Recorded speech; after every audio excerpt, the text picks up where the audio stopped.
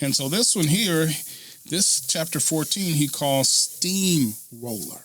Steamroller, right? So think of that big old machine. Right? He says, when arguments are done well, they honor God. But arguments have limits. They don't always work. Go figure. Right. So, yes, rational reasons can be a barrier to truth and belief, he tells us. Rational reasons can be a barrier to belief. To people. We're not all Mr. Spock in this. That's right. But rational appeals often fail to persuade for other reasons. And he gives us at least three issues here that may compel the person that we're talking to ignore our point. Right. All right. Right. So he says, kind of first of all, people have emotional reasons to resist, right? We can kind of think this is kind of they may have come from a generation line of the same type of thinking, and so kind of to think of these new things might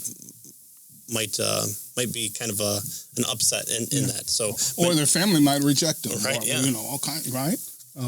Many have been annoyed with experiences with other Christians or have been to abusive churches, and so they reject based on that principle. Right. It's not fair to kind of demonize the whole, but those are contentions that are honest, and we have to deal with them, and we have to kind of help the person through that and say, I'm sorry you had that experience, but can I promise you that you won't have that experience with me, or something along those lines. And so that might not always be the case of being able to work, and so you might have to kind of tailor your experience a little bit more softer, a little bit more gracious, and you might have to come into conflict with people saying, things like, but in this church I was taught this, and if you showed your ankle, you were a harlot, and okay. So I'll never go back to church again. Right. All Christians are hypocrites. Yeah, something like that. Second of all, some balk at because of prejudice. Right, their minds are made up already. They have prejudged your views before ever really listening to your reasons. I hate to bring up Peter Boghossian's book, but this is exactly what he does.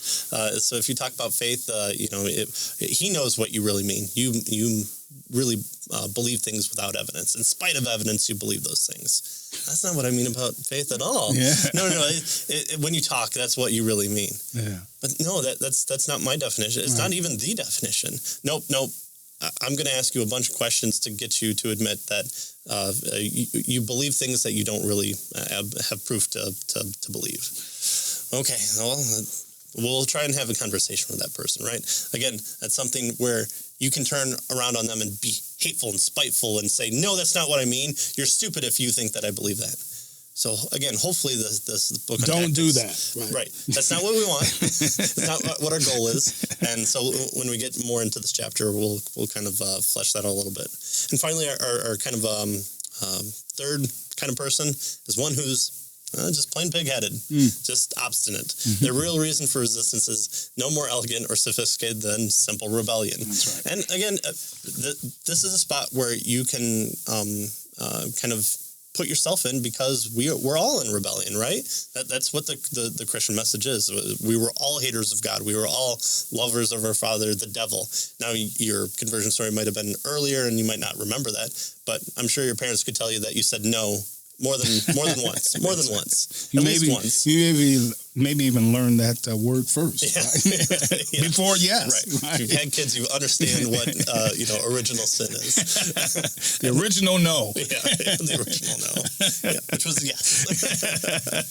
And so kind of these are the people that you'll interact with, and look online, you'll have that. You think you have this well laid out position, and it speaks against the topic that they brought up to trip you up, and you're supposed to renounce your faith and blow off your baptism with a hairdryer, and put on sackcloth so that you can go out into the world and make more unbelievers. And so then they just respond with something else. And so the steamroller chapter is kind of covering those people and kind of how to deal with them, how to again have a conversation with them or maybe not. So we'll get into that a little bit. Yeah.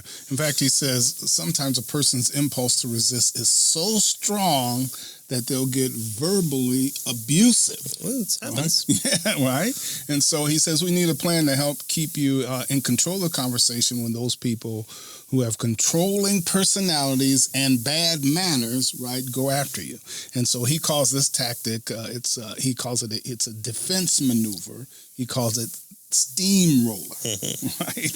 So that's what he's getting at with this particular chapter, this particular session. Here's a person who is attempting to overpower you, right? And roll you over by force of personality or whatever, right? Either on purpose or because that's who they are, kind of deal.